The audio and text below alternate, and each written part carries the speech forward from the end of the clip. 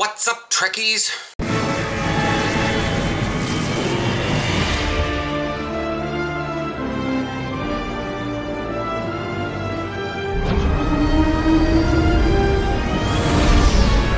Hey, so we've got the day on Thursday, is when season 12 comes out. Yeah, that's previous video card up there if you want to watch all the previous information, because I'm not going over it again. We got enough stuff, including the rep, the lockbox, and the first featured episode, and then a story? Whatever. First of all, I'm going to put this out here. I don't like the look of the ground set, because they decided to make it the splash image of the Reputation, and it's terrible. Like, it's bad. I'm sorry, Lucari, but you designed things terribly. So you'll be able to get the marks from Gravity Kills and Zenkethi Front, as well as the Battle Zone. And then there'll be Proto-Matter micro-containers will be the super mark. It's like in WoW and Archaeology, I call them keystones. You'll get that up. The space set is obviously 4 pieces. Doesn't give any stats, really. Just the deflector array vastly increases hull and shield restoration capabilities. Provides resistance to damage, or radiation damage, and enemy drain effects, but that will also... And then it says, while increasing outgoing drain effectiveness. That's a long word, you're just saying plus drain expertise. Got a little bit... It looks more like a defensive set. Combat impulse engines add kinetic resistance, and grant mobility and a regeneration buff when your hull suffers excessive damage for a short duration. Oh, okay. Again, no actual stats on what that looks like. It's a regenerative shield, so probably not great for escorts, because they don't have a good shield modifier and probably don't put a lot of power into shields. But they will have extra resistance to Tetrion damage, so if you're fighting Tholians... but, however, that also gives you the idea that perhaps some of the Zenkethi's Proto-Matter weapons qualify as Tetrion damage, because usually the set responds to the enemy right then. You'll notice on the Borg sets, they have a lot of resistance to plasma. They have additionally enhanced shield emitters, which cause to heal nearby allies' shields passively. I mean, if you're kind of a healer or a tank, this could work, but at least with a regenerative shield, you're going to need more power to your shields just to make sure you get the regeneration up there. And then the Warp Core or Singularity Core overcharge aux and shield power levels at the same time, increasing ship's maximum and current aux and shield power. Warp Core also gives bonus shield power based on aux level, so aux HUS. Additionally equipped with point jump technology, which allows you to move forward in front of a friend to heal them, or in front of an enemy to attack. So you have to target someone to do it, rather than just, like with the temporal set that I have, you just boom boom, just move forward. Like 5 kilometers. I rarely use it, but when I do, I'm in the middle of a Borg cube exploding. Set bonuses are 10% recharge time reduction for hull and shield healing bridge officer abilities. So again, healer tank sort of. Supercharged shield emitters, the shield overflow, the passive extended to 5 kilometers from 2.5. So you don't need to bear hug everyone. 4-piece recharge reduced to 2 minutes, and you gain temporary hit points for 10 seconds. Foes within 5 kilometers receive a penalty to shield hardness. I mean, the point jump could be good for an escort, so you can get really close and just blow the crap out of them really fast, but the armament set for space, oh, they're using piezoelectric stuff. The console grants an increase to Polaron damage, turn speed, and maximum shield capacity. The photon torpedo launcher, just obviously kinetic damage, but what kind? But it's piezo photon, so... probably be affected by photon consoles. Torpedo prevents Zenkethi ships from creating proto-matter radiation hazards on death for 10 seconds. Guess that could be good. After impacting them, while fired normally or as a transported warhead, it has a chance to inflict shield hardness debuff and shield drain on nearby foes. When fired as a salvo or with the photonic shockwave upgrade, it drains and debuffs the shield hardness to your enemy's shields in a massive area around your primary target. When fired as a high-yield torpedo, the launcher fires one single destructible torpedo that deals heavy kinetic damage, this is high yield, to your main target, inflicts a shield hardness debuff, the bigger shield drain to all foes in range, and additionally deals shield bypassing electrical damage to all foes in range. Okay, hopefully we might have a little different idea about torpedoes in the future when dealing with the various ways to fire a torpedo, and they'll actually do significantly different things. They'll do slightly different things rather than just like quantum phase torpedo from the first Lucari mission. If you fire it as a spread, its shield drain does slightly less because it hits like 4 or 5 times depending on the target. But if you fire with a high yield, it does a shit crap ton more. Whereas this one seems to do significantly different stuff depending on what you use. The Polaron, it's a Paizo Polaron weapon. One of those that changes what it does for firing. I don't have any of those equipped, so I don't quite understand how these work. Beam Array has a chance to heal you and nearby allies for a % of their hull and shields over time. Additionally, when first activated while Beam Overload or Surgical Strikes are active, this weapon triggers a technical overload in the target that deals electrical damage in an area around the target that is increased if the target is electrical. And then when it's in dual heavy cannon mode, have a chance to heal you and nearby allies for a % of their hull and shield over time. Additionally, when first activated, while cannon rapid fire or surgical strikes are active, the weapon triggers a technical overload, so same thing. Bonuses: 2-piece, photon, polaron, weapon damage, and drain expertise, because it does shield draining damage. Protomatter infused technologies. If your high-yield advanced piezo photon torpedo are shot down before they hit the target, they will spawn a protomatter hazard that grants allied players a hull and regeneration buff from flying into it. That is weird as hell. No offense. It's like, oh well, they shot down my torpedo. Healing cloud! What the hell? I mean, you know, and hopefully it'll look different than like, I blew up this ship protomatter hazard, so you're not like, oh cool, what's one of those healing clouds? And you come out the other side on fire. Hopefully they'll look different. Like, one has like a blue ore, the other one has a red ore or something. That could be really bad. The ground set, restorative combat armor, nothing really special about these. The personal shield, also equipped with a shield projector, is a countermeasure for when power reserves drop significantly. Power using refined protomatter energy harnessing techniques, the Lucari have made a highly regenerative shield. So if your shield basically goes away really fast, it has a shield projector.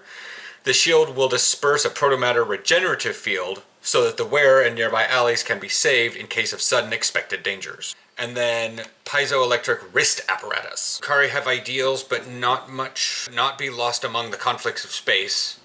This led to their engineering teams to develop a wrist device that is capable of both reinforcing offensive capabilities and providing a support role if the scenario warrants it. Additionally, due to the electrical output of the device, enemy offensive and supportive electronics can be dispatched quickly and tactically. So it's a wrist weapon. That sounds... I might just have to pick it up to see what it is. I mean, it's not like I'm not going to make any of this stuff. I'm just probably not going to use it. Operative set bonuses. Set 2, outgoing healing bonus and electrical damage increase. 3-piece chance when taking damage while shields are active to convert some incoming damage for a few seconds into shield healing. Fair enough. Kit modules. The Protomatter Generator drone for engineering creates a mobile drone that'll follow the user and provides passive health and shield regeneration to allies who stand near it. Okay, that sounds better than just constantly being offensive drones. Like, I still can't figure out what support drone does. It's just that I think that security drone does more damage. But at least now we have like a defensive drone. Piezoelectric lattice for science. Root and electrical damage on enemies. Up to 4 other nearby targets. Affected targets may suffer from weapon malfunction for a short time. Duration is doubled against electrical targets. This is going to be interesting because I think what they're talking about is drones. I.e. you have no biological means. And so it could be like some of the Alachi thing. No, Alachi is all living. Biomechanoid. Hopefully we'll figure this one out here in a bit as soon as season 12 comes out. Piezoelectric grenade. Piezoelectric has a high chance to hold affected targets for a short time. Electronic targets are always held if struck by this grenade blast. It is possible for the target to move away from the blast radius while the grenade is in transit. Damage from the explosion partially ignores shields and does additional damage to electronic enemies. Yeah, it's gonna have to be like drones or robots.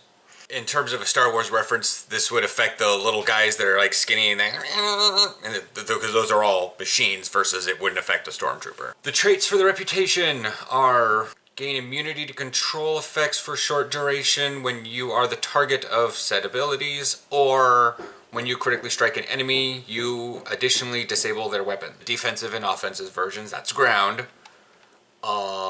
Same thing for space. When you critically strike an enemy, you additionally take their impulse engines offline and reduce their flight speed and turn rate.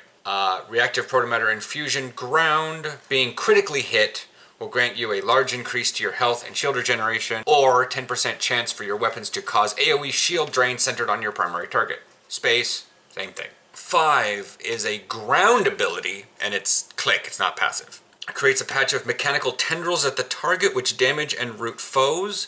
Any foes that move into the snare will be slowed. All targets caught in this patch will receive electrical burns, which deal damage over time.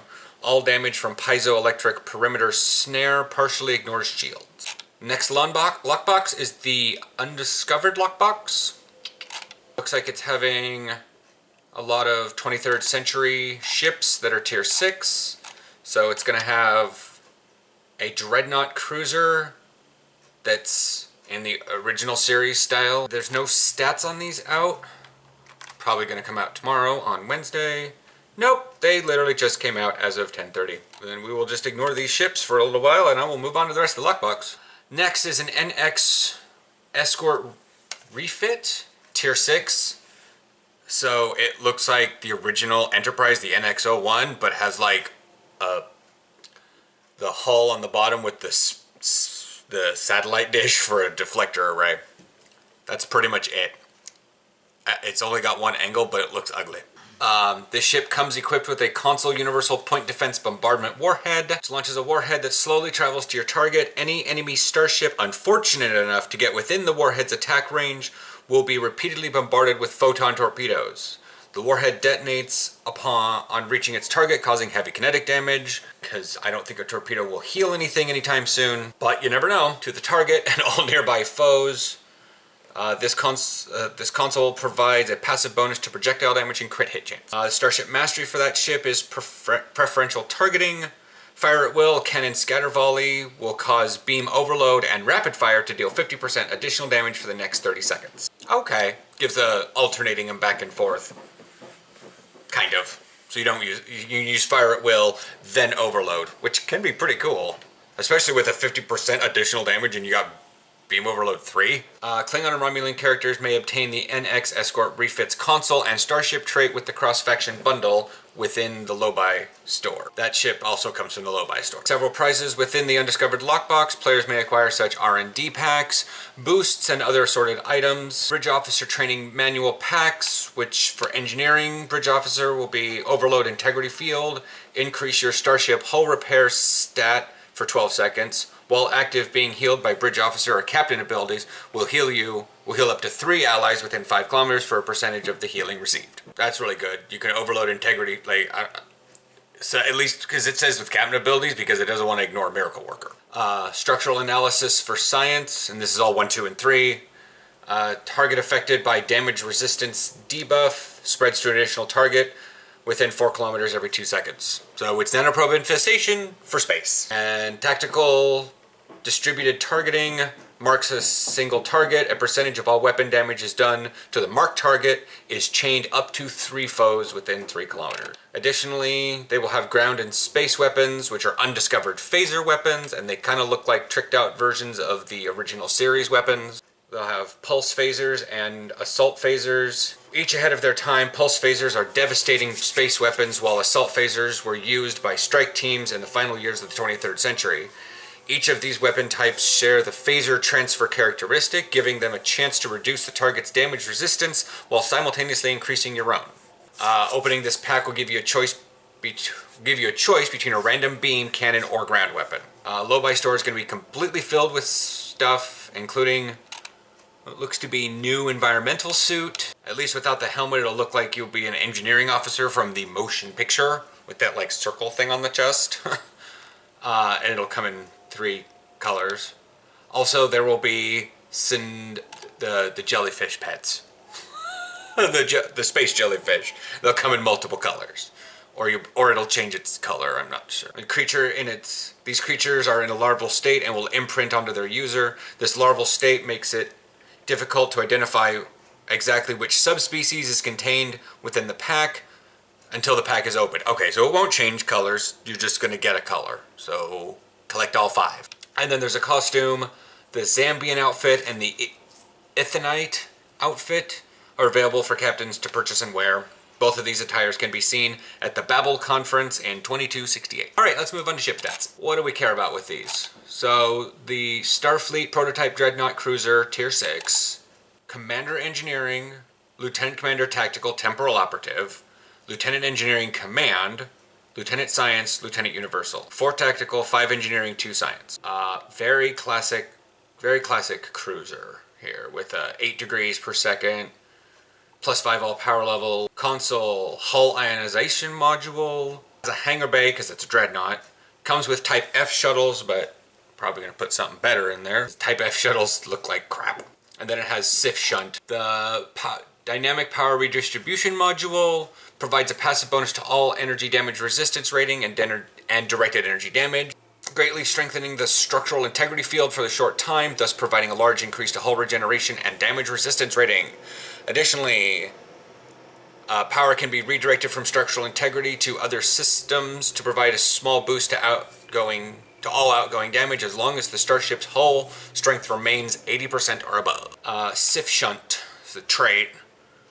Activating any hull healing while at full hull strength will provide you with a boost to all power levels for a short time, because in World of Warcraft what we do is we just say it gives you a bubble. They can't do that in this, so they just give you power levels. Can stack 3 times, by the way. Romulan Klingon characters may obtain this console and starship trait through the undiscovered lockbox, and you'll get the trait packs. The Dreadnought Battle Cruiser Tier 6, 7 degrees per second, not 8. 10 weapons, 10 shield engines.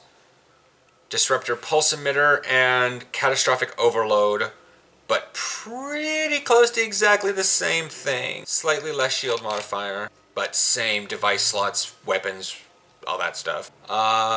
Disruption Pulse Emitter Console. This device can emit a series of pulses from the deflector that can wreak havoc on critical starship systems. This pulse deals a moderate physical damage to disable any foes in the front of the starship that has activated the Disruptor Pulse Emitter. Also passive bonus to control expertise and particle emitter skills. Romulan and Starfleet, get it from the console pack. Console may be equipped on any starship, but only one at a time. Catastrophic Overload, Starship trait. While the trait is slotted, activating jam sensors will cause it to deal high electrical damage and disable targets in a large area of effect when it expires.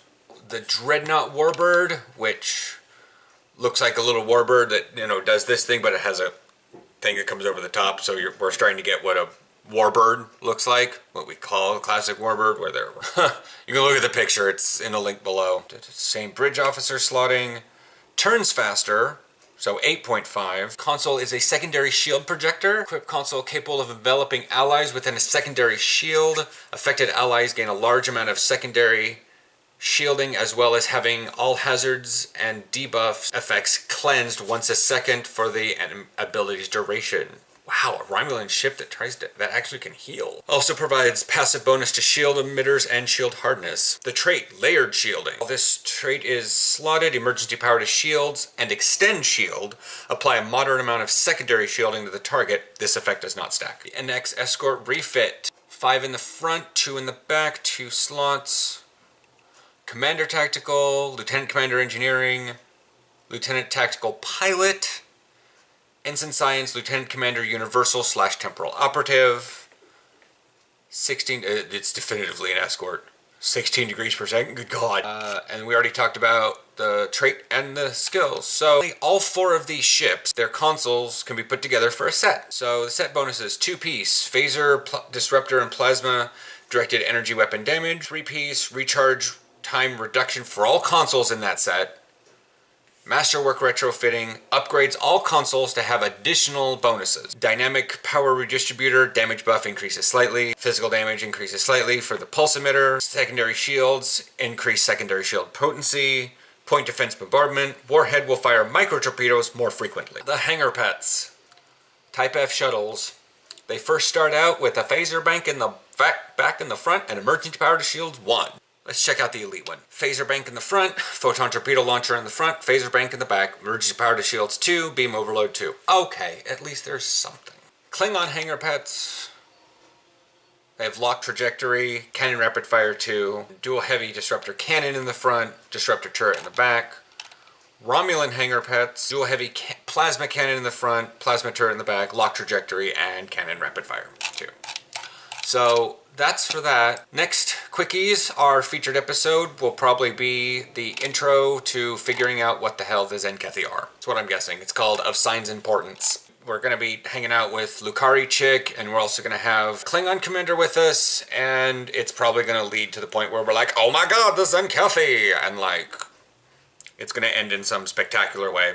It doesn't say that this is going to have like weekly rewards yet that I know of, so it doesn't say here at least, but it might. The last thing I have here is All Our Crusades, a story from a Zenkethi point of view. So it starts out with Zenkethi Lieutenant Holrun look down at his sensor station. So you're in the Zenkethi scenario. So it's pretty long. Paul Reed, the content writer, wrote it. So if you want to know more about how the Zenkethi think, you watch that, I guess. Anyways, I'll catch you later.